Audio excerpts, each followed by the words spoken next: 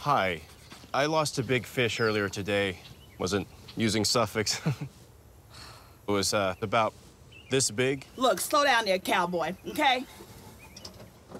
A fish in the lobster van, huh? You want your fish. Sorry, honey, that fish is gone. Always use the best line, Sufix 832. G'day, Steve Morgan here. Australian bass tournaments in what's become a very interesting 2020. We're about to get the Sufix 2020 Bass Pro Series away this weekend. And Tim Morgan, great to have you guys as a sponsor again of the Bass Pro Series, but a lot different start this year from last year. The world's a bit of a different place, isn't it? It is a different place, but fish still need to get caught. And what better way to isolate yourself than on a boat?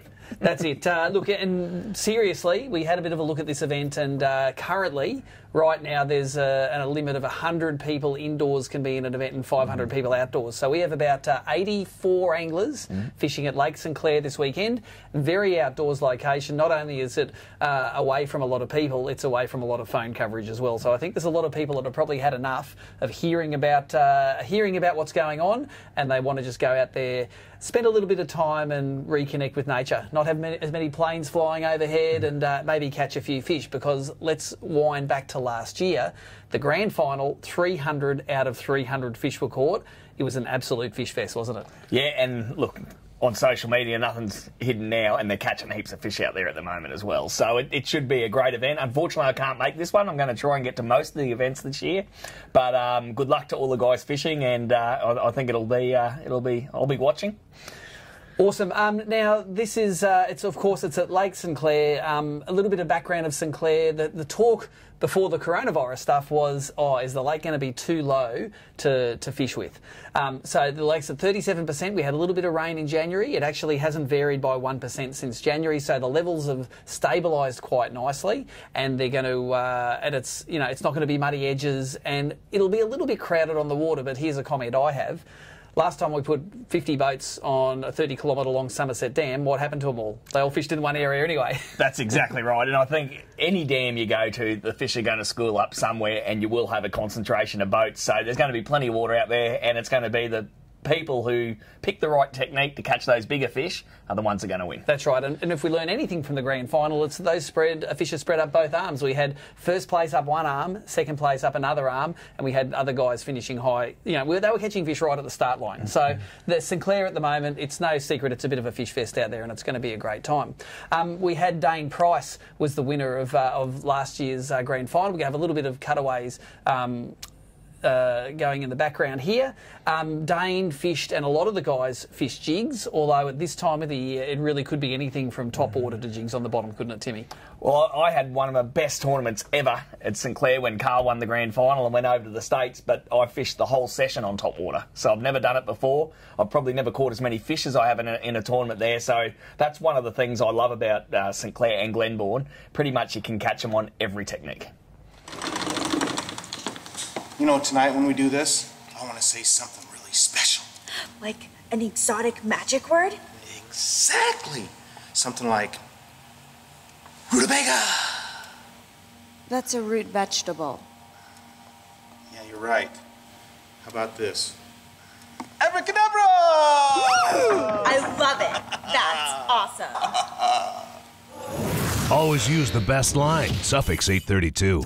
So, Timmy, tell us a little bit about your big involvement in this. Like, we have the Costa Brim series, and everybody knows all about Costa in the brim side of it. Over 50% of anglers are wearing Costas now on their face, which you guys are really happy about. Sufix, though, is something that we only started really pushing quite hard last year, and I know I made the switch to a lot of Sufix lines last year.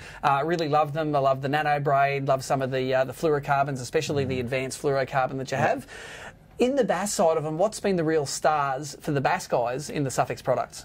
Well, there is different braids, and I find them great for different situations. If I'm fishing in and around timber on a bait cast combo, I'll throw 832. It's the most abrasion-resistant braid I've ever used. So it's really popular in the 30-pound and higher sizes up north for the barra guys, because if it gets into the snag, you can actually saw them out of the snag sometimes. So 832 around tight cover, 100%. 131, it's a 13 carrier braid. It's probably a little bit more supple than their Sufix 832. So in the lighter lines like the 4 and 6 pound, I'll throw that on spin gear where there might be around weed and have a bit of a, chance of a bass running around a bit of structure. But you said before the nano braid, and it's probably one of my favourite braids to use. Up here in our impoundments like Somerset and Wivenhoe, where you're fishing big expanses of water, you don't have to really worry about fish busting you off, and the 2 pound in that is, I think, only 0.03 of a diameter, or 003 of a diameter, and it is very thin. So when you want to present the lure to fish in deep water, you've got a lot less drag, it'll get down deeper. Even jerkbaiting, I like using the nano braid. It'll get my little jack deeps that I throw. If you throw them on a heavier braid, it might get down to 6-7 foot. I can hit the bottom in 10 foot on nano. So it does make a huge difference, that diameter. And so when I go fishing, I might have 7 different rods on the boat, 7 different combos, but there'll be different braid on each one of those, just depending on which situation I want to fish. Yeah, and as I think fishing line's one of those things that it takes you a little while to get into using it. So as you get your confidence up with it, and I've got the confidence in that nano braid now, you find that leader and line combo that really suits your sort of fishing, and after that it's hard to get people off it. So a really big shout out to Sufix for sponsoring the event. There's also the $300 Sufix bonus this week. For the highest person using Sufix gets paid an extra $300 in cash to do it, and that can be a boater or a non-boater.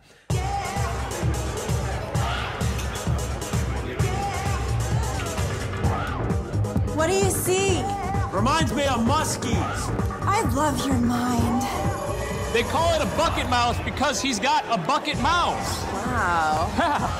I just want to tell you, I've been slaying the walleye lately. That is so hot. Ever bump the stump? Sufix 832, the line that changes the game. All right, so one of the really exciting things that's happening this year is the biggest boat we're giving away all year. It's going to be in the Bass, and that is because of Brad and the guys from Bluefin. They've come to the party. They've given us a near 5-metre boat, and through the magic of television, I'm going to show you something. I'm going to turn this thing off here. There's a turn-off button. On my hand here, there you go. That is what we're going to be giving away. That's a wow. It's a Bluefin. It's nearly 5 metres long. It's going to be powered by a 115 horsepower motor. We still don't know if it's going to be a Mercury or an Evinrude. We're still in negotiations with that. But this boat here, I think, is a fine reward. And let's make it disappear.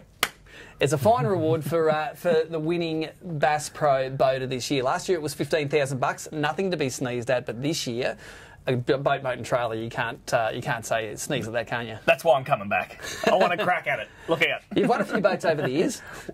Oh, yeah, 2. There you go. So there you go. Probably none as flash as this Bluefin. Some people are going to ask, why aren't we doing a Bass Cat? Well, you look at the Australian dollar and that'll tell you. We've got a great relationship with Bass Cat, but at the moment, the Bluefins, they make a great package, and they're the ideal boat for us to give to you guys for the tournament on this weekend. It'd be cool if we had something to yell when a tree falls down. Yeah, that'd be cool. What do you think about this? Extreme caution is advised, a tree's falling down! Meh. Okay. How about this? Timber! Better. Always use the best line, Sufix 832. So let's have a chat now about winning weights and the time of the year. It's the lake's dropping, and normally when the lake drops, those fish get a little bit skinny, although we've had a little bit of water coming in. But usually at St Clair, a kilo of fish on average, which would be 10 kilos for 10 fish, would be as high as you'd expect this weekend, wouldn't it? I'd take that right now. I think everyone would. And like you said, as those lakes are dropping, the fish condition does go down. So look, I think, if you've got a bag of 800s, you're going to be in the hunt. You're going to be in the money anyway. So that might be 8 kilos for the weekend. Look, one of the challenges for us out there is the fact that there is no mobile phone coverage at Lake St Clair. So what we do is we've got our tournament team down there. We've got our Jacob Stewart, our new ABT staff member, and he is working underneath Joey Urquhart. So Joey's going to be emceeing this weekend. Jacob will be helping with the weighing. We're doing some of our social distancing methods and some of the things we have to do to do our bit for stopping the commutation of the disease. So we don't have a big briefing. The guys have been doing an online briefing. They've read the notes, they've acknowledged it, and nearly all of them have got back to us now. They've already seen their pairings, so there'll be guys out there right now the night before the pre-fish.